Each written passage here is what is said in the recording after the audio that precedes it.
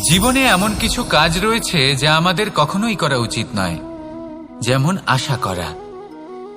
যদি আপনি আশা করেন আর আপনার আশা পূর্ণ না হয়, আপনি খুবই কষ্ট পাবেন। এবার আপনি যদি প্রতীক্ষা করেন, করতেই থাকেন, আর সেই ব্যক্তি যদি না আসে, তাহলেও খুব কষ্ট পাবেন। আর হলো তুলনা।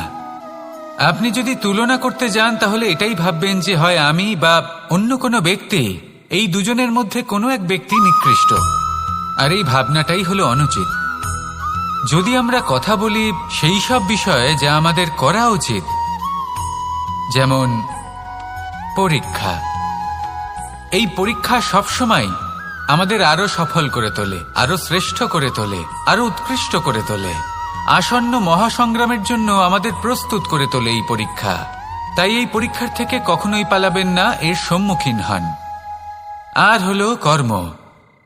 কর্ম করা কখনোই বন্ধ করবেন না। তুলনা করার বদলে কর্ম করুন, প্রতীক্ষা করার বদলে কর্ম করুন, আর আশা করার বদলে কর্মই করুন। জীবন সফল হয়ে যাবে। দেখুন, সবার শেষে সত্যি বলতে এই কর্ম আর এই পরীক্ষা, এই দুই আমাদের জীবনকে সুখী করে তুলতে পারে। আসুন আর আমার সাথে ভালোবেসে বলুন, রাধা রাধা। মানুষ তার জীবনে শিক্ষা এবং প্রেম এই দুই লাভ করে তার মাতা, পিতা এবং গুরুর কাছ থেকে। কিন্তু মানুষ সবথেকে বেশি ভালোবাসে নিজের মাতাকে, কারণ মাতা খুব নির্মল চিত্তে ভালোবাসে, শান্ত মনে আমাদের অন্তরে শক্তির সঞ্চার করে থাকেন, আমাদের উৎসাহ দেন, বলশালী করে তোলেন। ব্যাপারটা কিন্তু এমন নয় যে আমরা নিজেদের বাবা বা গুরুকে ভালোবাসি না, তাদেরকেও আমরা অত্যন্ত ভালোবাসি, শুধু ওনাদের কঠোর ব্যবহার দেখলে আমরা একটু ভয় পেয়ে যাই। এবার ওনাদের এই কঠোর ব্যবহার আমাদের ভালো না লাগলেও অত্যন্ত আবশ্যক, কারণ মাতার থেকে আমরা যে শক্তি লাভ করি তা যেন নিয়ন্ত্রণ হারিয়ে বিধ্বংসী না হয়ে ওঠে, আমরা যেন কোনো কুপথে না চলে যাই, আমরা কখনো যেন দোষ না করে ফেলি। শুধু সেই জন্য পিতা এবং গুরু একটু কঠোর হয়ে ওঠেন, এবং ওনাদের এই কঠোর আচরণ ভবিষ্যতে গিয়ে আমরা অবশ্যই বুঝতে পারি। জীবনে কিছু বছর আমরা এগিয়ে যাই আর তারপর আমরা বুঝতে পারি যে বাবা এবং গুরু আমাদের যথেষ্ট ভালোবাসতেন, কিন্তু ওনাদের ভালোবাসার বহিঃপ্রকাশ আলাদা। প্রয়োজনীয় হলো এটা দেখার, এটা বোঝার যে শুরু থেকে আমাদের প্রতি ওনাদের আচরণ কেমন ছিল। ওনাদের কঠোর হওয়ার পেছনে ওনাদের ভালোবাসাটা বোঝার চেষ্টা করুন, ওনাদের চিন্তাটা বোঝার চেষ্টা করুন, ওনাদের পথপ্রদর্শনের আড়ালে আপনার ভবিষ্যতের জন্য যে পরিকল্পনা ওনারা করেছেন সেটা বোঝার চেষ্টা করুন। তখন আপনারা বুঝতে পারবেন ওনাদের ভালোবাসাকে। আপনার মনের মধ্যে আপনা থেকেই ওনাদের প্রতি সম্মান জেগে উঠবে। নিজের পিতা এবং নিজের গুরু এই দুজনের প্রতি কৃতজ্ঞতা প্রকাশ করুন আর আমার সাথে ভালোবেসে বলুন, রাধা রাধা। আমি অনেক সংখ্যক মানুষকে দেখেছি, তাদের কাছে অত্যাধিক জ্ঞান আছে, শিল্প আছে, ধন আছে, কীর্তি আছে, কিন্তু তারা এই সব কিছু নিজেদের কাছেই রাখেন, এই সমাজে বিতরণ করেন না। কারণ হলো ভয়। ওনাদের মনে হয় যে যদি আমি এই সব কিছু সমাজে বিতরণ করি, তাহলে সমাজ আমার শিল্প হোক, ধন হোক, জ্ঞান হোক, কীর্তি হোক, সবকিছু চুরি করে নিয়ে যাবে, আর তার বদলে আমি কিছুই পাবো না। এটা কিন্তু সত্য নয়। সত্য হলো এটাই যে যদি আপনি নিজেকে এই সংসারের প্রতি সমর্পিত করেন, তাহলে এই সংসার আপনার প্রতিও সমর্পিত থাকবে।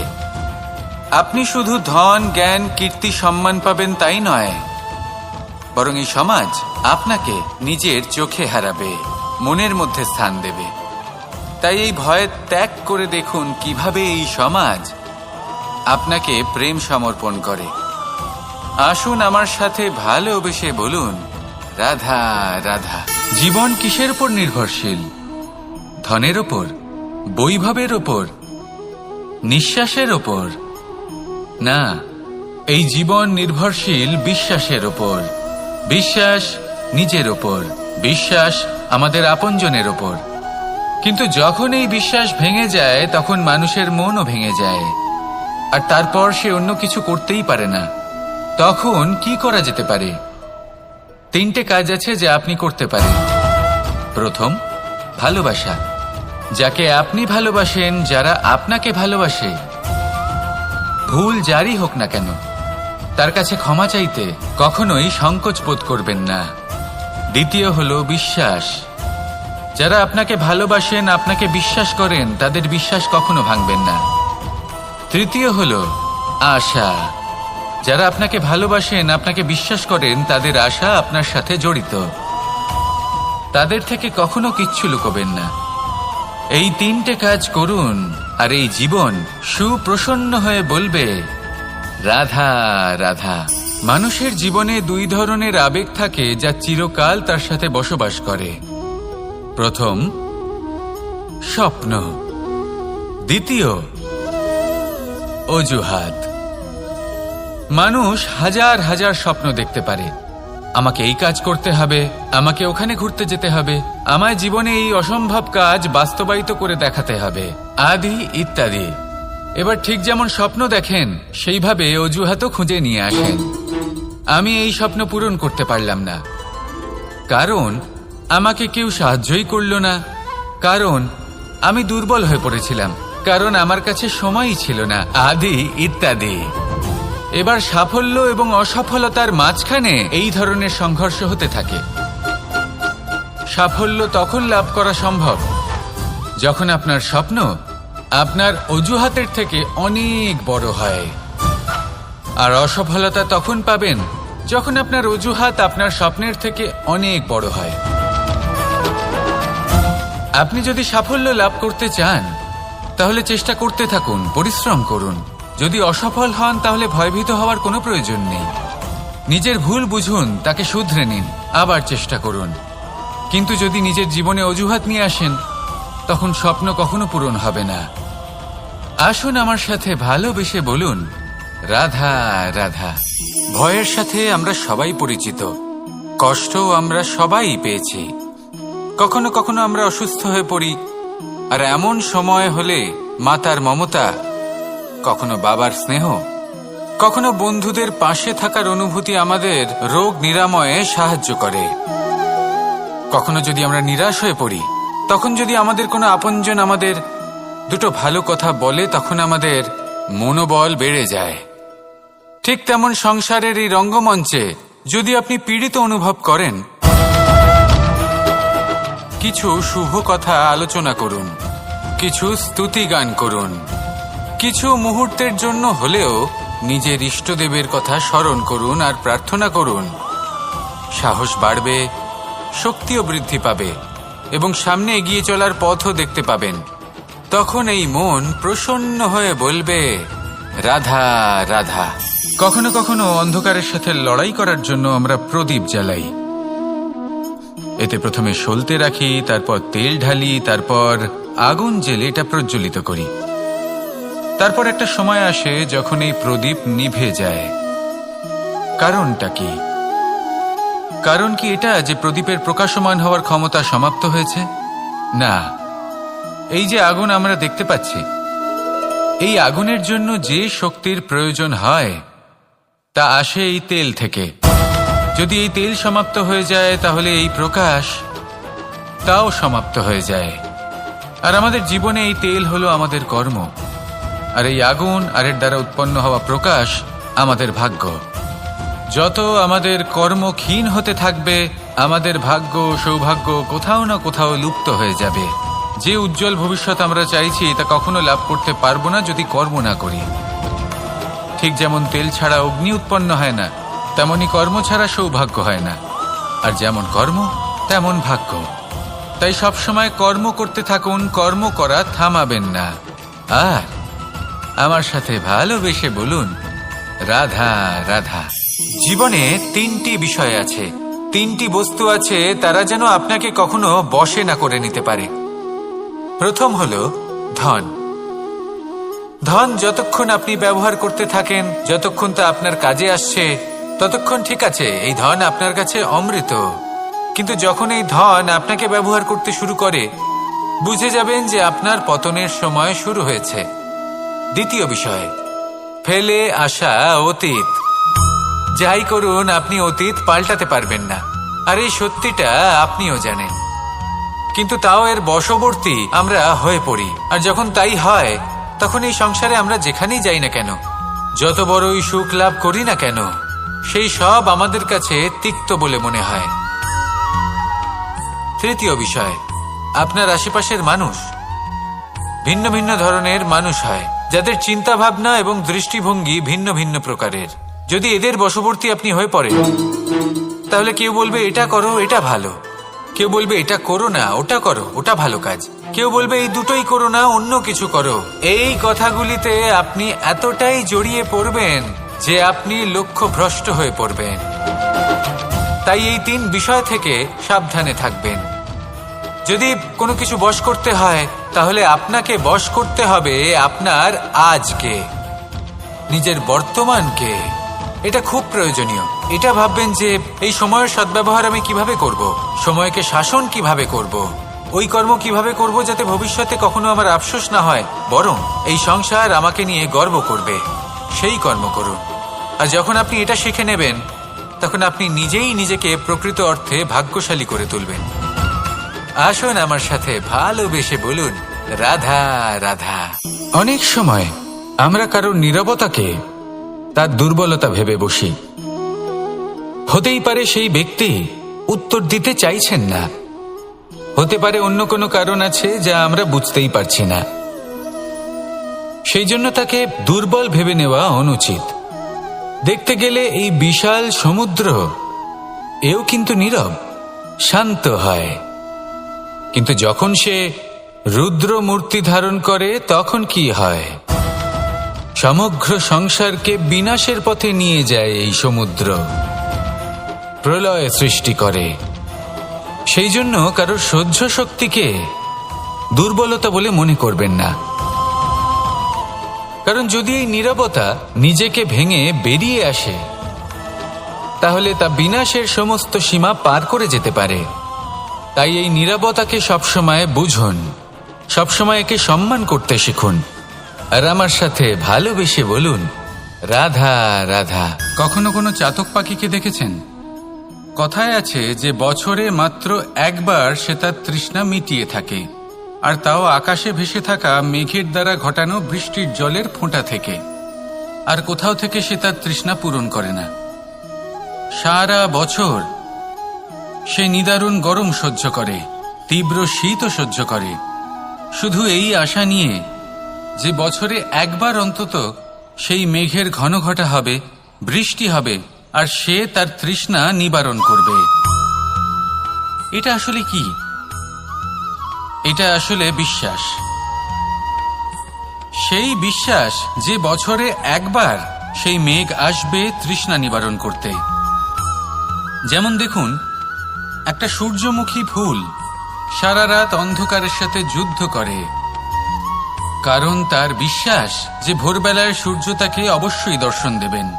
সেটাও বিশ্বাস ছিল যার উপর ভরসা করে মনু একটা নৌকা নিয়ে বেরিয়ে পড়েছিলেন এবং সমস্ত সৃষ্টিকে প্রলয়ের হাত থেকে বাঁচিয়েছিলেন। সেটাও ছিল ভালোবাসার প্রতি বিশ্বাস, যার উপর ভরসা করে বানর এবং ভাল্লুক সেনা নিয়ে শ্রীরাম আক্রমণ করেছিলেন সমস্ত বরদানপ্রাপ্ত অসুরগণ এবং রাক্ষসগণের লঙ্কায় এবং জয় লাভ করেছিলেন। এই বিশ্বাসই হল এই বিশ্বের আশা। বিশ্বাস রাখুন যে আপনি হলেন সর্বশ্রেষ্ঠ এবং শুধুই নিজের কর্ম করতে থাকুন। এই বিশ্বাসের আশাই আপনাকে প্রতি মুহূর্তে বল প্রদান করবে। এ হলো আমার বিশ্বাস। আসুন আর আমার সাথে ভালোবেসে বলুন, রাধা রাধা। যোগাসন। যোগাসনে আসন অত্যন্ত গুরুত্বপূর্ণ। এবার আমি বলবো সবথেকে শ্রেষ্ঠ আসন কোনটি। আশ্বাস। নিজেকে আশ্বস্ত করতে থাকুন যে আমি আছি, সব ঠিক হবে, যা হচ্ছে ভালোর জন্য হচ্ছে। এই আশ্বাস আপনাকে জীবনে এমন ধনাত্মক বিশ্বাস দেবে যে আপনি বড় বড় সমস্যার সমাধান করতে পারবেন। এবার যদি কথা বলি সবথেকে কঠিন সময়ের, তাহলে সেটা হলো বিচ্ছেদের। যা মা সীতাকে সহ্য করতে হয়েছে শ্রীরামের জন্য, রাধা কৃষ্ণকেও সহ্য করতে হয়েছে। যে ব্যক্তি বিচ্ছেদের সময় সঠিক পথে চলে এসেছে সে জীবনে অনেক শ্রেষ্ঠ স্থানে অবশ্যই পৌঁছতে পারবে। এবার যদি কথা বলি সবথেকে জরুরি এবং গুরুত্বপূর্ণ সময়ের, তাহলে সেটা হলো সংযোগ। সকলকে সাহায্য করতে থাকুন। আপনি অন্যদের সাহায্য করে তাদের যত আনন্দ দিতে পারবেন ততটাই আনন্দ আপনারও জীবনে অবশ্যই আসবে। আসুন আর আমার সাথে ভালোবেসে বলুন, রাধা রাধা। সংসারে সকলে উঁচুতে উঠতে চায়, কেউ নত হতে চায় না।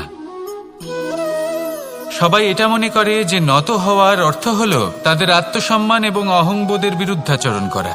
তাদের মনে হয় যে যদি আমরা নত হই সংসার আমাদের দুর্বল মনে করবে, তাদের শৌর্য এবং তাদের ব্যক্তিত্বের অপমান হবে। কিন্তু এটা কি সত্যি? প্রত্যেকবার নত হওয়ার অর্থ কি সম্মানহানি হওয়া? কখনোই নয়। আপনি নিজের জীবনকেই দেখে নিন। আপনার কোনো অমূল্য জিনিস যদি নিচে পড়ে যায় তাহলে তাকে কিভাবে তোলেন? সেই বস্তুকে তোলার জন্য আপনাকে নত হতেই হবে। আপনি বড়দের আশীর্বাদ কিভাবে লাভ করেন? আপনি নত হয়ে তবেই তাদের আশীর্বাদ লাভ করতে পারেন, তাই না? ভেবে দেখুন, আপনি একটা পথে হাঁটছেন, আপনি দেখতে চাইছেন যে আপনি সঠিক পথে হাঁটছেন কিনা, পায়ের নিচে কাঁটা পড়ে আছে কিনা। কিভাবে দেখবেন? আপনাকে সেই মাথা নত করেই দেখতে হবে। এর অর্থ কি? অর্থ খুব সহজ। প্রত্যেকবার নত হওয়া অনুচিত নয়, সেটা কোনোভাবেই সম্মানহানি নয়। পরিস্থিতি অনুসারে এবং যেখানে প্রয়োজন আপনি নত হতে শিখে গেলে আপনি অনেক কিছুই লাভ করতে পারবেন। জ্ঞান, মান, গুণ, বিশ্বাস। সেই জন্য প্রয়োজন এবং পরিস্থিতি অনুসারে নত হতে শিখুন, এতে অনুচিত কিছুই নেই। আত্মসম্মান থাকা অত্যন্ত প্রয়োজনীয়, কিন্তু তা যেন কখনো অহংকারে পরিণত না হয়। এই বিষয়ে অবশ্যই নজর রাখবেন এবং আমার সাথে ভালোবেসে বলবেন, রাধা রাধা। আমাদের জীবনে অনেক ধরনের ব্যক্তি এসে থাকেন। কেউ কেউ আমাদের সাথে থেকে যান, কেউ আমাদের থেকে দূরে চলে যান। কেউ ভালো মানুষ হন, কেউ খারাপ মানুষ। কিন্তু আমরা সবসময় সেই সময়টাকে নিয়ে দুঃখ প্রকাশ করি যখন আমাদের জীবনে কোনো খারাপ ব্যক্তি প্রবেশ করেন। তারা আমাদের খারাপ অনুভূতি দেন, দুঃখ দেন, কষ্ট দেন।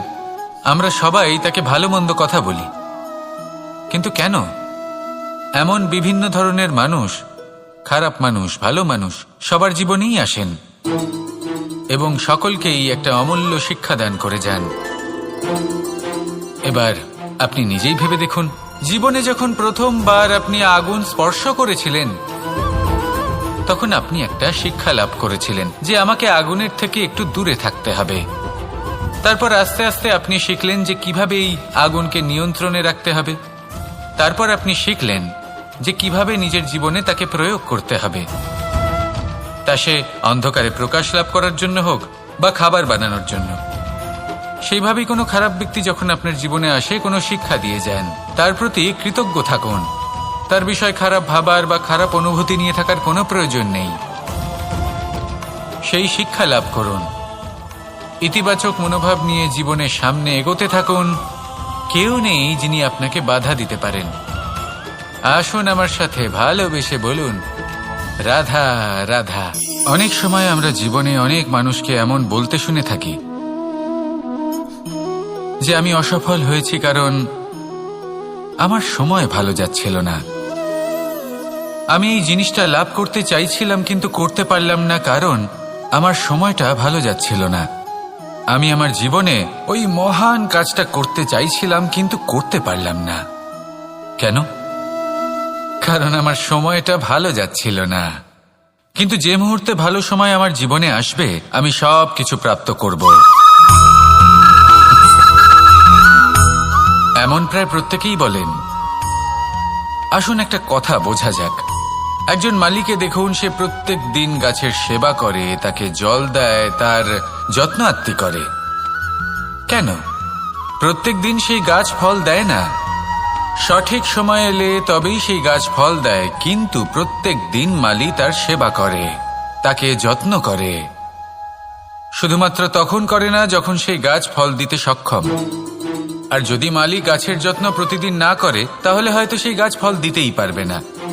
এটাই হলো আমাদের জন্য একটা শিক্ষা। যখন সময় আমাদের জন্য অপেক্ষা করে না, তখন আপনি সময়ের জন্য কেন অপেক্ষা করছেন? ভালো সময়ের জন্য অপেক্ষা করবেন না। ভালো এবং শুভ কর্ম দ্বারা ভালো সময়কে নিজের কাছে টেনে আনুন।